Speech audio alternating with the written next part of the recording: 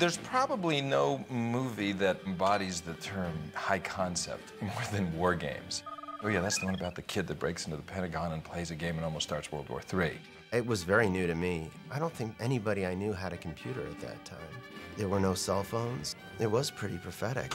People sometimes make mistakes. Yes, they do. On the one hand, the film is aimed at kids, yet you really feel like it's a movie for adults. Get me an update on those subs. I want to know what those bastards are up to. With the beginning of the 1980s, you've got, movie stars becoming presidents and fans becoming assassins. The world was floating off the rails in this way that caused a lot of people to feel alarm. It didn't seem that far-fetched that somebody could make a mistake and the whole world would suddenly blow up. Launch order confirmed. Holy shit. There are Hallmark films. WarGames was one of those. I'm not ready to die yet. That was a cry for everyone to live as much as you can because you don't know if you have another day. It's Joshua! He's still playing the game! We have a launch detection. We have a Soviet launch detection.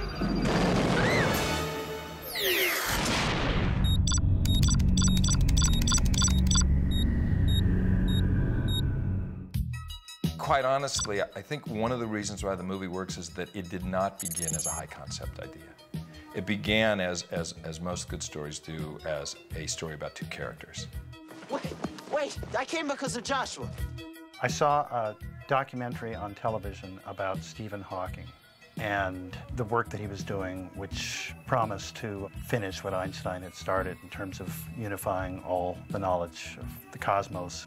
And I thought that given his condition, ALS, I imagined a point at which he had figured out the answer, but he would be immobilized and couldn't communicate it to anyone.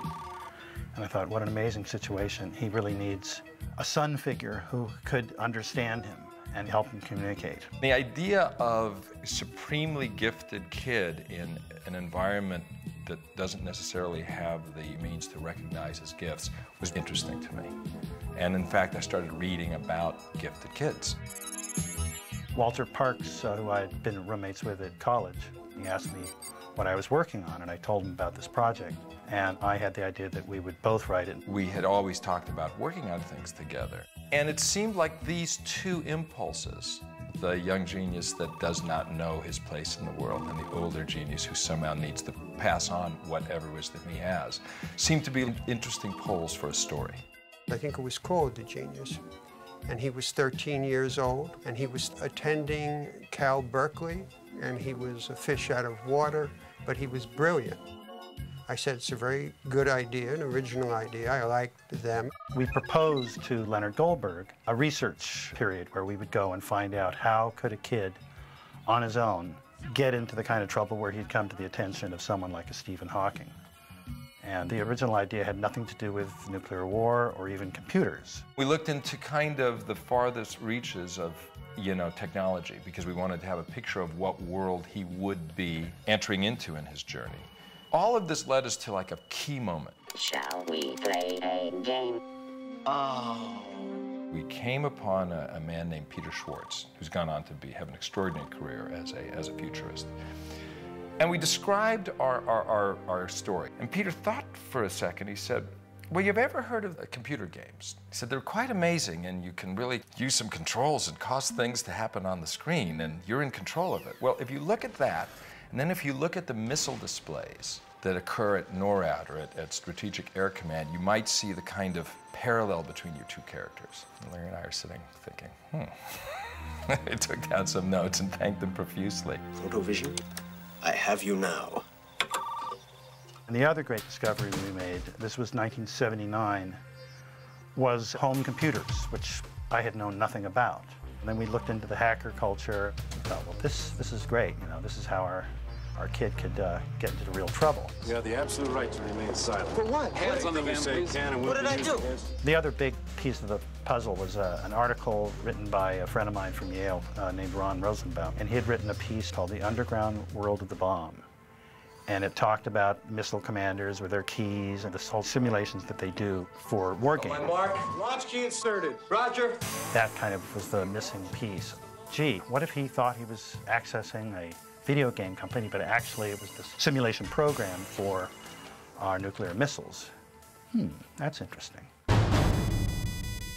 Every now and then, NORAD or SAC would invite people from Hollywood to check out what they were doing. This rather large room here is the command center for NORAD. These screens you see in front of you connected to our satellites. And I think we talked our way onto one of those pre-existing tours. They flew us there on a C-130 transport, and we had the tour of the Crystal Palace. After the tour, we were walking back to the bus to go with the tour back to the hotel, and General Hardinger, who was the head of NORAD, comes up, puts his arms around our shoulders, and he says, "Fellas, I understand you're writing a movie about me." And we said, "Well, yes, we're doing some research." And he says, "Come on, let's have a drink." And I remember Walter said, "Well, we're supposed to go with the bus." And he goes, "God damn it, I have 50,000 men under my command. I think I can get you back to your hotel. Now, come on." So we went, sat, and had drinks with him. And he was absolutely all for the point that we were making to keep men in the loop. He said, "I sleep well at night knowing that I'm in charge." The other thing that really struck us was just how professional and smart the people running the place were, particularly General Hardinger. And that kind of like can-do energy and competence really was shocking to us and very much provided the background, the foundation of the character of Barry Corbin.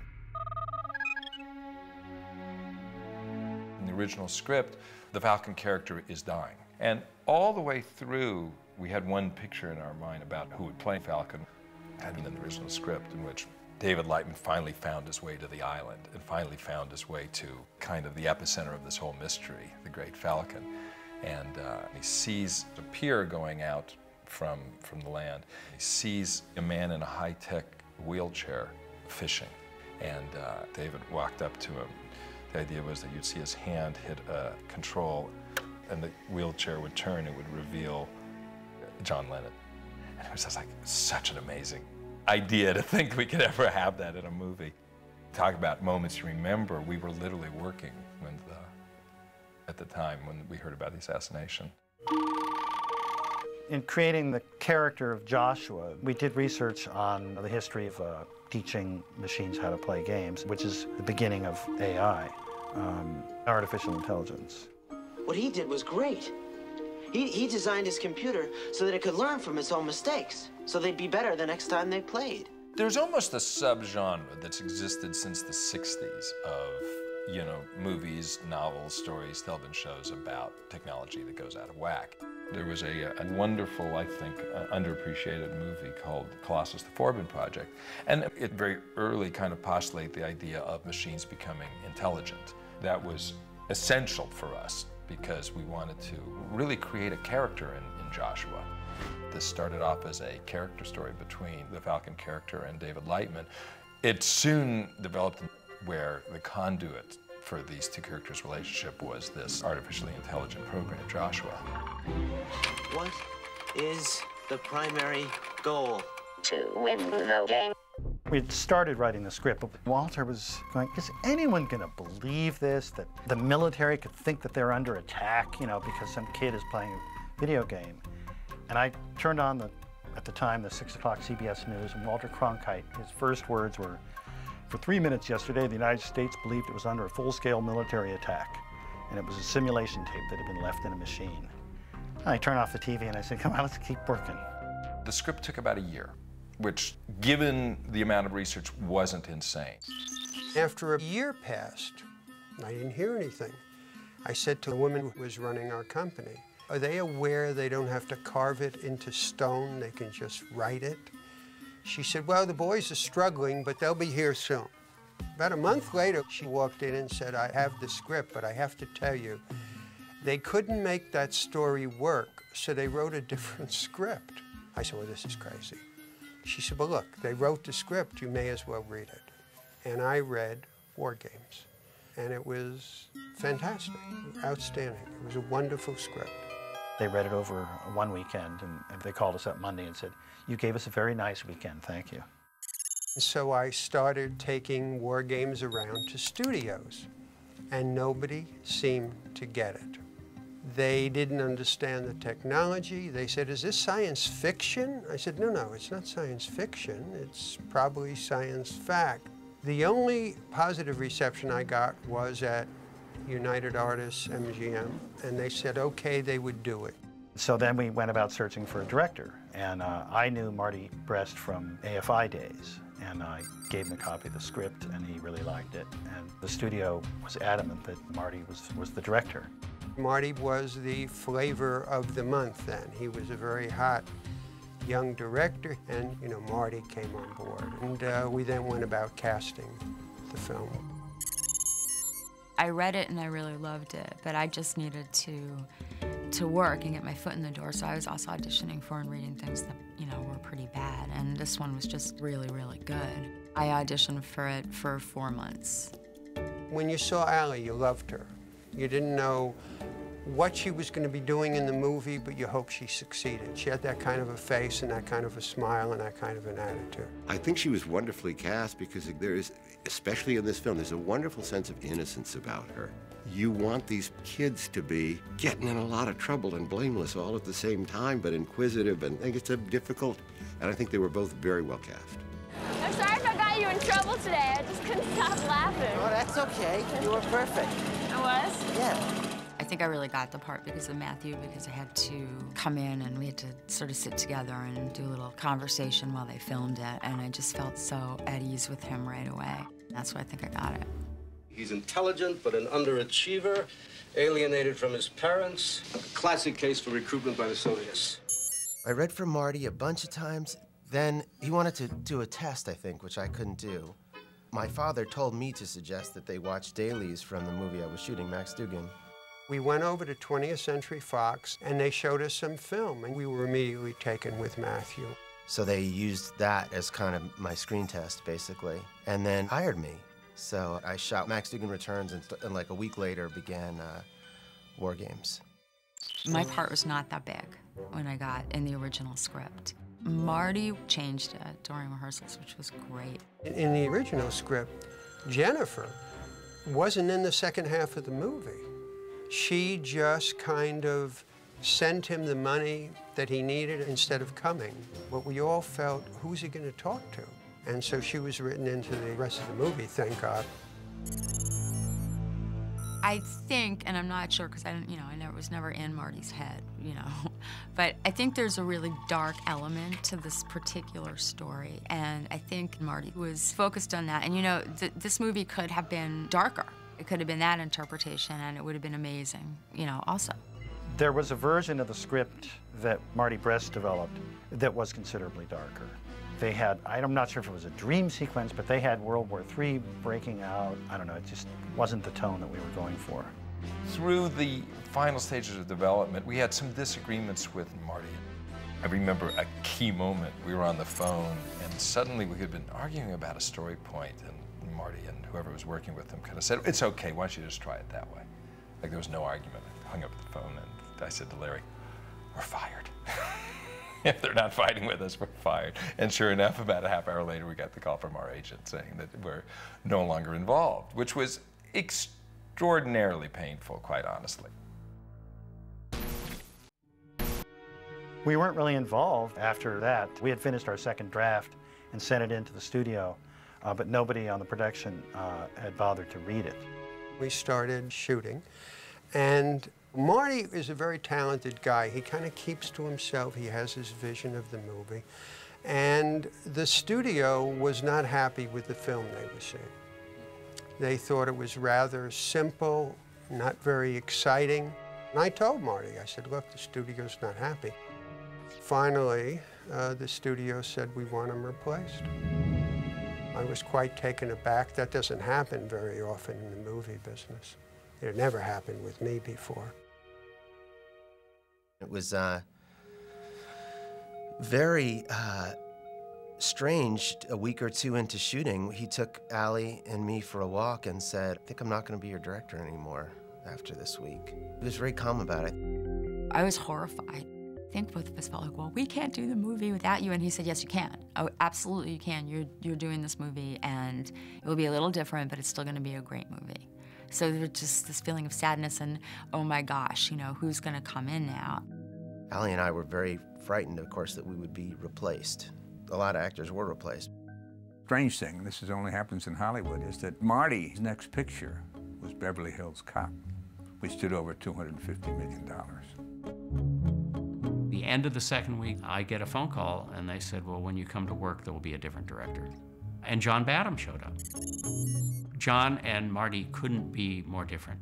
I had known of John Badham since his days in television, and his work was really outstanding. The studio concurred. We sent John the script. I got a call from my agent saying, oh, there's a problem over at UA, and there's a film that they're not happy with and want you to read it, but I don't want you to do it. And I said, you don't want me to do it? He said, oh, no, this is nothing but trouble. And I said, yeah, but what if the script is good? The whole film was just brilliantly prepared. And the detail of the research that Marty had done was just exquisite. And yet he saw the Matthew character as rebelling against his parents and an unpleasant atmosphere. And so he took a kind of darker tone. The way Marty wanted to do it was not accessible in a way. It wasn't as much a popcorn kind of movie, which the movie also works as. So the thing that John brought in when he came in was a lighter kind of quality. Are you sick? Oh, no. John Badham called me up and said, I'm looking at a script here that's going to be 3 hours long, and it looks like everyone's had a hand in it, including Willie the gate guard. Do you have a version of the script that you'd like me to see? And I said, yeah, our second draft, no one's read. And he said, well, would you send it over to me? And I said, you know, you're just down the hall from Leonard Goldberg. He has a copy. And he said, I'd rather get it from you. So I knew we had a very good director on our hands. I went back, and the script that Walter Parks and Larry Lasker had written was by far the best. John said to me, I want to bring Walter and Larry back. I want them to work with me on the script. We were brought back into the production, and it was a very, very exciting time because we hadn't been anywhere near the studio. I would drive blocks out of my way just not to go near it. And people said, well, your movie's getting made. Yeah, but it kind of felt like saying, well, at least your girlfriend's being loved. You know, it just didn't feel right. We were able to pretty much go back and either restore or work on new things that we felt very comfortable with. In the meantime, I'm looking at the film, and I couldn't put my finger on what was bothering me about what had been shot. And it suddenly occurred to me, they're not having any fun. The scene that had Matthew bringing Allie up into his bedroom, there's something dark and evil about the way they're treating this, and yet I think if I could show a girl how I could break into the computer and change her grade, I would be so excited I would nearly be peeing in my pants. So when I actually did start shooting, that was the first scene that we did. Ooh. Oh. Little mess. But now Matthew and Allie were convinced that they were going to be fired. And they were tense and stiff, and we're 7, 8, 9, 10 takes in, and nothing is happening. And I'm laughing and telling them jokes, anything I can think of just to kind of loosen them up. And somewhere around take 11, 12, 13, they started to have a little more fun with it. How can anybody get a D in home ec? That's none of your business. Can you erase this, please? No, it's too late. Because the whole idea was I couldn't just show them a new version of the scene that was the same or slightly better. It had to be 100% better because everybody was going to be watching it like a hawk. I think it was a tone change, and I think it was kind of a different interpretation. The kind of way that it was even lit, the scenes became brighter. Another big difference with John was that I remember we did a take, and they were like, okay, we'll go again. And he was like, no, we got it. And I remember the crew being like, let's do one for safety, and he said, I don't need it. So he was from a different world. The speed that he worked at, it was fun. This is unreal. You don't care about death because you're already dead. I remember the first time I heard Matthew say these scenes, they didn't sound anything like the way they had been in my ear. He was almost incapable of a line reading that wasn't somehow fresh. And it was so important because, you know, this is such a technologically dense story.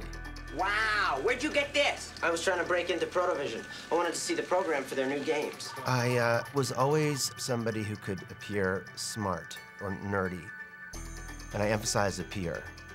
I thought it was a part that I could play. Like, I didn't feel like it was all that different from me in a way. I had my odd, you know, lonely side, which I thought David Lightman had. I remember them trying to teach me to type, which I didn't know how to do. They also, lucky for me, gave me Galaga that I played at the beginning. They put that in my room. So they said, you have to get good at this. That seemed the most important part of preparing for the movie to me. That I did practice. The typing, not so much. Matthew, he was one of the funniest people I had ever met. And even then, he was doing all this like funny musical comedy stuff all the time, you know, because he loved theater and he's like got this great body for dancing around, and he was doing all of that. I love that. Games refers to models, simulations, and games that have tactical That must be and them. strategic applications. What does that mean? I was overwhelmed by all that technology. I still have trouble with computers. So I got to be the naive one, and it was fun. David, is this because of what you did with my grade? We were both new and both open to anything and happy to be there. She's very smart. I'm only 17 years old. I'm not ready to die yet. You won't make a simple phone call? And I got to know John Wood very well. We did Lady Hawk together very shortly after that. General, you are listening to a machine. Do the world a favor and don't act like one. He had done so much stage work and not that many movies or big movies, so he was so much more experienced than me, but at the same time, we were both kind of very impressed by the size of this movie. Get the ICBMs and the bullpen warmed up, ready to fly. Get me the president on the horn.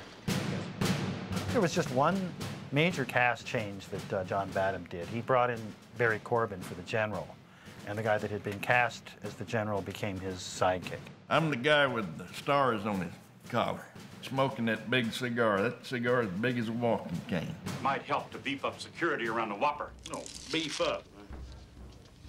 How about screwed up? You know, John Badham's father was an Air Force general. I guess I reminded him of his father or something. We've got 100,000 Soviet troops massing in East Germany. We're monitoring their bombers that are on alert. Yes, sir. Oh, that's a load of shit. No, sir, not you. Barry Corbin, he's the greatest general in the history of cinema. Every time I've ever actually met a general in the United States Army, they're not characters. They're very serious people. And Barry Corbin plays like the dream of what one would be. You know, there was an interesting thing. They asked an Air Force general what he thought about my performance. And he said, it's unrealistic. That general is 20 points shy in his IQ and 20 pounds overweight. Excuse me, General. We can't ask these men to go back to the President of the United States with a lot of head shrinker horse shit. I think we ought to take the men out of the loop. I was afraid of Dabney because, you know, I've seen Dabney in 100 movies and he knew what he was doing. But he ended up having a really important conversation with me that I will never forget. He gave me this kind of confidence about what he felt like I really could do as an actress. Did I tell you that next week I was going to be on TV? You're kidding. Just an aerobics show that's on in the afternoon with some girls from my dance class. A movie star. Yeah. We also got a gift from my friend and Leonard Goldberg's friend, Tom Mankiewicz. At one point, John said, we need a new scene. After the point where they leave Dr. Falcon, the movie's going to be a roller coaster. It's going to go faster and faster and faster. I need a moment between Matthew and Allie before the express train begins. But John said, the thing is, I need the scene tomorrow because I know where I have time in the schedule to shoot it, and we don't want to upset the studio by telling them we need an extra day, so I'll just shoot it. They asked me if I would come on and help out. It was a wonderful screenplay to start with. The one scene I wrote was between the two main characters sitting by the shore. Oh, Jesus. I really wanted to learn how to swim. I swear to God I did. And that was a scene that Mank wrote in one day. I think we got Mankiewicz a washer-dryer or something. John Badham loves improvisation, so he'd let you, like, mess around. And Matthew was really good at that. I wasn't so great at that point. Why are we at DEFCON 4? The Soviets saw our bombers scramble, and so they went on alert. Dabney's co-worker. There's, like, some part where she put his gum in her mouth. She just did that. I mean, that kind of stuff, which for me, I would go now like, well, of course, you know, if you're an inventive person, you come up with this stuff. But at that time, I really didn't know that you were allowed to do anything that they didn't actually tell you. So that movie was great for me that way. Oh, attack!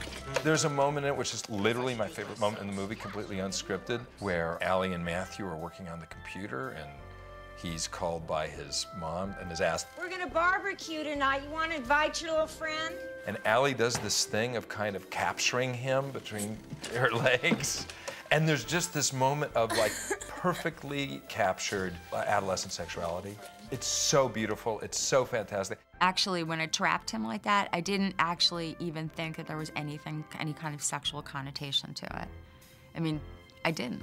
I was just like, there he was and he's moving away and it was like, yeah, stop, like brother-sister kind of playing. And John laughed and he said, oh, that's really great, you know, and I didn't know what that actually looked like until later when I saw the scene and I thought, oh my God, it's like she's sexually kind of messing with him.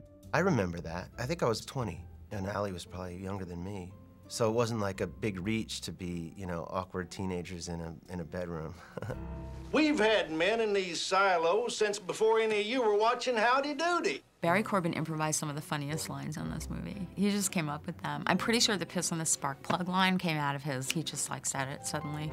Well, the background of this story is my cousin one time, I dared him to get up on the fender of the tractor and take a leak on the spark plug while the tractor was running. It knocked him about 3 rows into the field.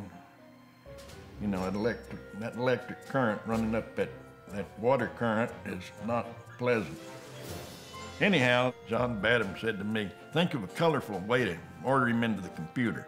I thought of that when we said that, and he said, now do you want to tell me what you're going to say? And I said, no, let's just roll the camera. Yeah, I said, God damn it, I'd piss on a spark plug if I thought it'd do any good.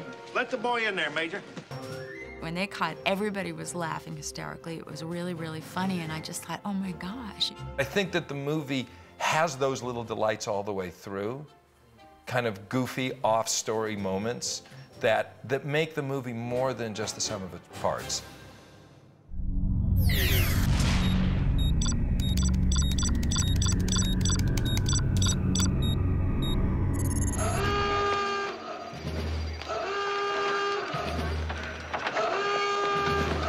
NORAD in this film becomes another character, like an actor and so forth, in the picture. That's what's important when you begin to analyze what you're going to photograph and what you're going to deal with in telling your story visually. In that research on what NORAD was, how it operated, the only thing we could really find was an article in National Geographic that gave a few glimpses of the room, the screens. And then I designed something that was, you know, a little bit more acceptable as a theater. The sets were built on the largest sound stages on the MGM lot, and the sets went wall to wall inside these stages. That was the main war room. My understanding is it was the same sound stage where they built Munchkin Land and The Wizard of Oz. It was a wonderful set. One of the guys at the studio said, the set has to look bigger on film when you're shooting it. And I said, well, how much bigger can it look? You know, we can hardly get it in the screen now. And they said, no, no. This was the studio's idea. On the far, far wall behind all the screens, let's build catwalks and let's put midgets on the catwalks so it'll appear to be much bigger than it is. So I went to Badham and I said, the studio has this idea, John, what do you think? We're going to build catwalks and put midgets on them so the set will look bigger. He said, you know, I'm really busy now. WarGames was interesting. It was produced, you know, in the early 80s, and at that time, all visual effects were generated optically and composited optically. And we had the task of creating a war room that had 12 giant screens, unlike any giant screens anybody had ever seen before. And of course, those kinds of screens didn't exist. We decided, okay, we're going to have 12 projection screens up there. We've got 5 arc projectors on the 5 top screens. We've got 7 smaller screens below, which will all be rear projected. That meant there were these huge film projectors at the back of the stage and at the front of the stage going in both directions. And they all had to be running in sync with each other. There were also 84 video monitors, which all had to be in dead sync. So now everything has to run together, and nobody had ever tried anything that complicated before. We had to build a strobe system that was the brightest, most powerful 24 frame per second strobe system on the planet at the time. Every time an explosion would bloom on the screen, the strobe would go in perfect sync with the motion picture camera and with the projector. All of that was controlled from an Apple II. It was an amazing confluence of a lot of emerging technologies. The idea of having a personal computer was very, very rare. If you had one, it was some huge big box that was slower than Christmas and very expensive. I'd never seen one before. I just thought it was, you know, this bizarre idea for the movie, just like everything else was. Greetings. IMSI was one of the first personal computer makers. It was iconic. It was completely configurable by anybody. What are you doing? Dialing into the school's computer. The biggest fight I had with Mike Fink was in trying to sort out what we didn't need to see. He had every single process. So here's Matthew having to type all of this stuff in, and I'm saying, it's way too complicated. I just want him to be able to go blah, blah, blah, blah, and he's logged in. And, oh no, we can't do that. We have to have all of these elaborate steps. I said, well, if we shoot them, I can promise you we're going to cut them out. It's not really authentic. I said, yeah, but it is boring. All right. Smoking or non-smoking? Non-smoking. Non-smoking. When John Badham came, he was smart enough to know that a lot of people wouldn't be able to read the screen. Originally, it was thought that if you showed the screen with words on it, people might understand, but research showed them that a lot of people would say, hmm? So they started the computer talking. People sometimes make mistakes. Yes, they do. How can I talk? The interesting thing was when we started to design the robot voice, I went to John Wood and I said, would you do the voice? And he said yes. And I said, we're going to do it in a peculiar fashion. I want you to read the sentences backwards. If the sentence is, hello, how are you? I want you to say, you are how hello. Why would I do that, he says. I said, because in the way that I think that voices are being created electronically in computers, it's a lot of single words that are being pulled out of a database real fast. So if you read it backwards, you have to, you know, say these words very flatly. Wouldn't you prefer a good game of chess? I have to say that it was a good decision to do that because it made it accessible to me. I mean, I could hear these sort of like lines coming out of it. The name of the computer that the Air Force had given it was PSYOP, and PSYOP stood for Single Integrated Operation Plan.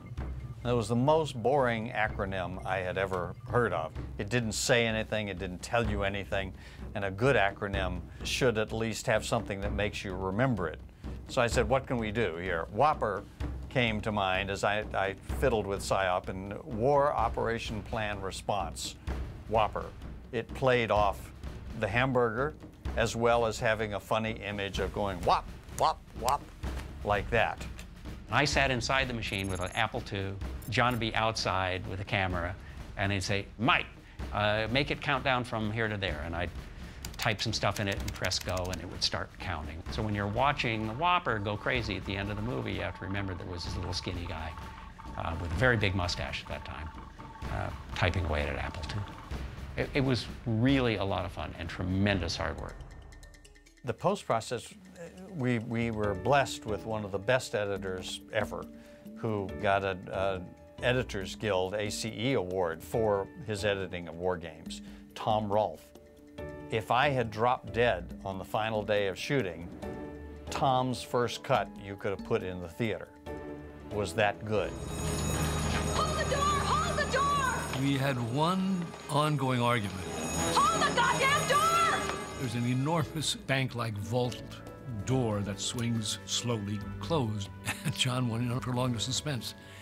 And my feeling was that if you cheated the audience by slowing the door down instead of prolonging the suspense, you were dissipating it. And went over to John, ran it for him, and he says, okay, you can have your version in the television version.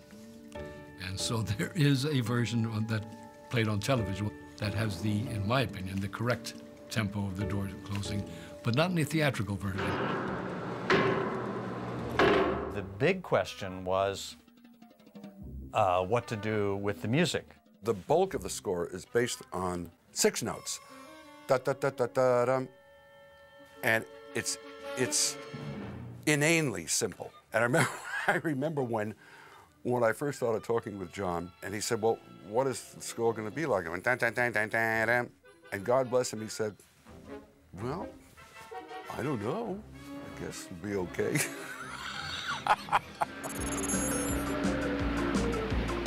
There is a very important synthesizer element in the score, which you hear throughout, and it relates to the character of David. And it's first heard right in the beginning of the film when he is playing the video game.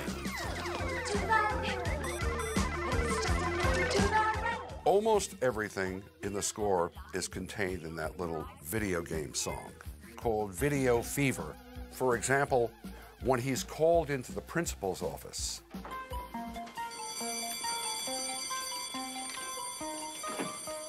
So it's that synthesizer element that sort of follows David throughout the picture.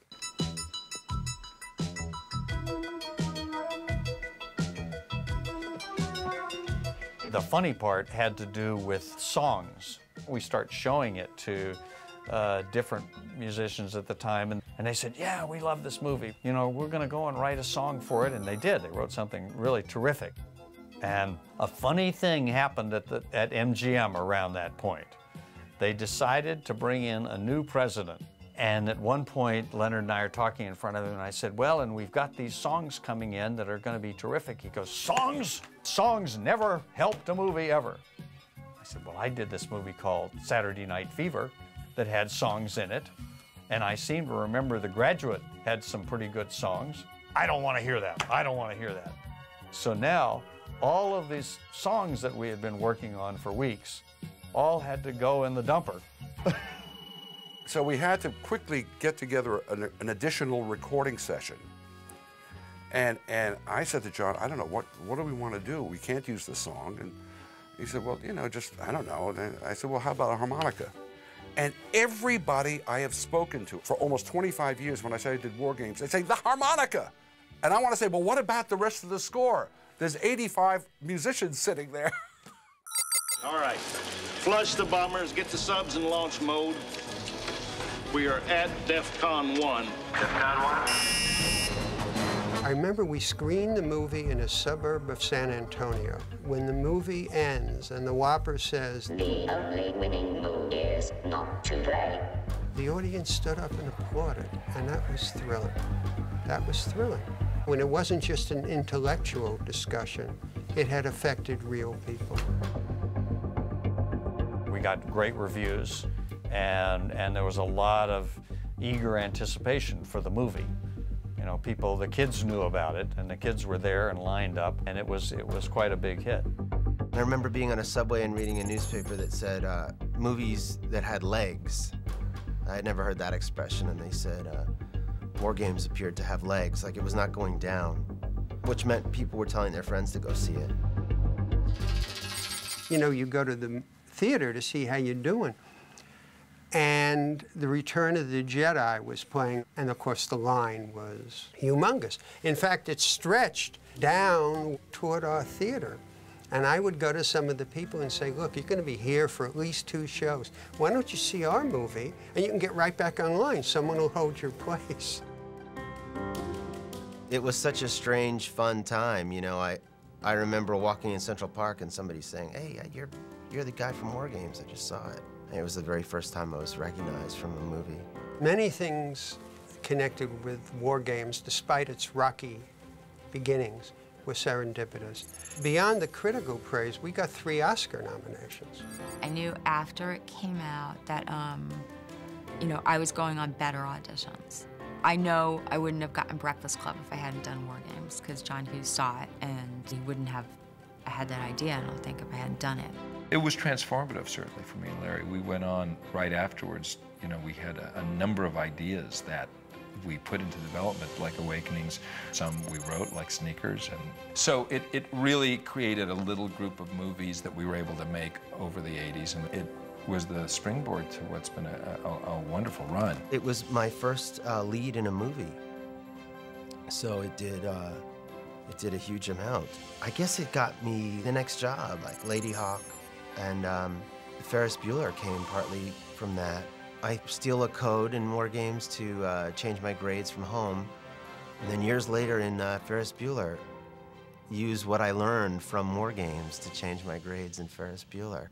What is all that stuff? I don't know. They're trajectory headings for multiple impact re-entry vehicles. What's that mean? I don't know, but it's great. These days, it's a commonplace for a movie to have a young protagonist, you know, no matter how global the issue. WarGames at its time was very novel for that. And I think it succeeds. It succeeds not only with its young audience, but it succeeded with its adult audience, because in effect, David is an archetypal 60s kid. He's rebellious, he's in trouble with the authorities, and his rebellion and his persistence in rebellion leads to a positive change. Extinction is part of the natural order. Bullshit! If we're extinguished, there's nothing natural about that. It's just stupid. This was the era when Hollywood was really starting to target kids just as a demographic, and the result would be a lot of bad movies. But WarGames really felt different in that it was a movie targeted to kids, and you felt it was really about adults, because it's really using the kid heroes to make a statement about the adult world. It's saying that you almost can't be responsible if you are navigating a war through a computer screen. Gentlemen, I wouldn't trust this overgrown pile of microchips any further than I could throw it.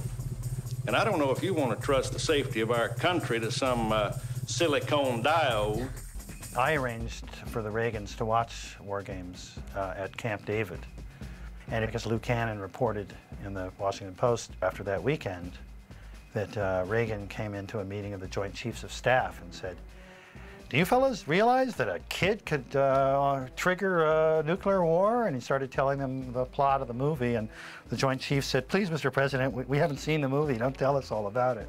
I always felt it was a cult film for, like, my generation. I don't think it changed the world yet, but I have great hopes for the president that grew up on WarGames. So on the one hand, you have this movie that is really summing up and almost kissing off the Cold War. And at the same time, the movie is saying, hey folks, here's what comes next. This new generation, the hackers, these kids who were really the first children of the baby boomers. It's definitely one of the stronger pictures that I've made. I have a lot of favorite pictures, but that one has to be in the top 2 or 3 of my personal favorites of my own films. You can tell where people's interests lie and what they come up and talk to me about. And a lot of them talk about WarGames. How about a nice game of chess? I think one of the reasons it remains a really good movie is John and Marty made a terrific thriller. Matthew and Allie were terrific. And they opened up a world to the young people of technology that they embraced. I think also set against the paranoia of a nuclear war. All of that came together and made it a seminal film. Recall the bombers! Stand down the missiles!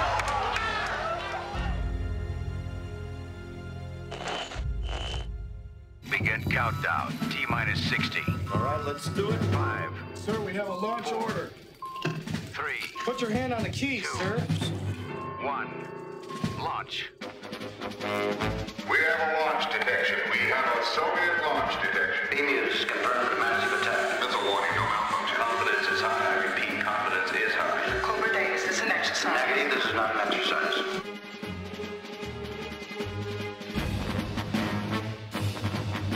Shall we play